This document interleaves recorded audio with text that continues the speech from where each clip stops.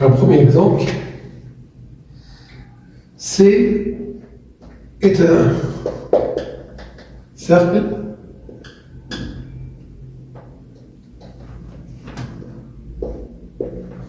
voilà.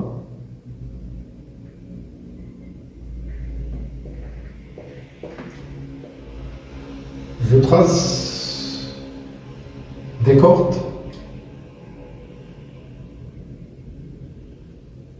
Ça c'est I, ça c'est A, ça c'est B, E, F.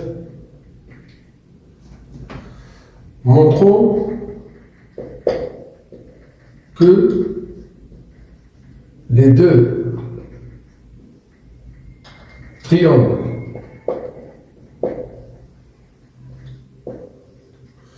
I, A, B et I, E, F sont semblables.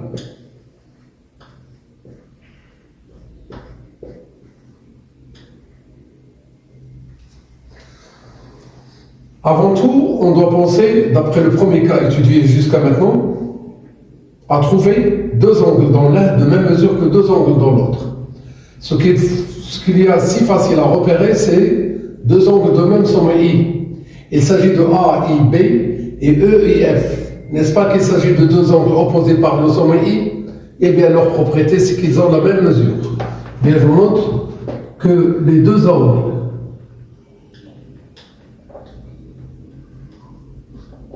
AIB et EIF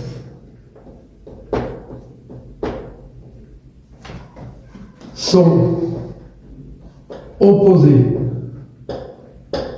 par le sommet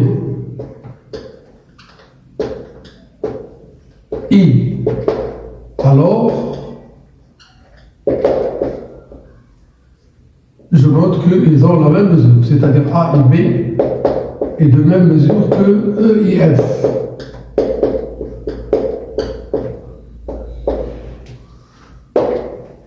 Cherchons deux autres angles, l'un dans l'autre, le premier et l'autre dans le deuxième, qu'ils ont la même mesure. Regardez bien l'angle de sommet A dans le triangle A et B et l'angle de sommet E dans le triangle E et F.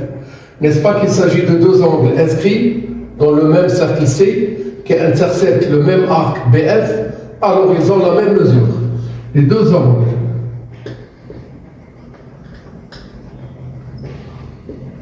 inscrits, eh bien, IAB et IEF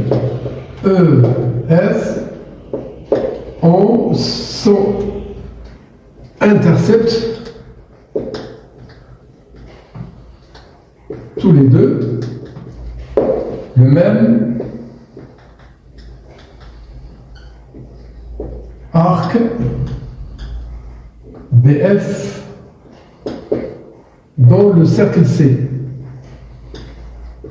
Alors, un dernier résultat A encadré, IAB, il est de même mesure que IEF.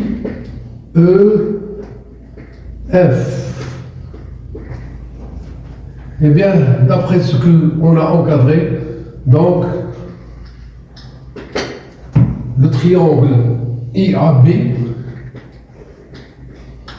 et le triangle IEF sont, j'ajoute, deux triangles semblables.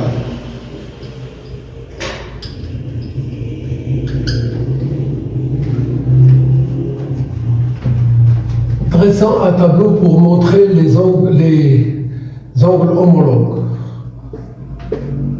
Eh bien, le I avec I. Le A, c'est avec E. Et le B avec F. Alors, je peux bien écrire des rapports. Si je prends le AI, il faut prendre le EI. Si je prends le AB, il faut prendre le EF. Si je prends le IB ou bien BI, il faut prendre le FI. Voilà. Conséquence du résultat qu'on vient de démontrer, à savoir que les côtés de l'un sont proportionnels respectivement aux côtés de l'autre.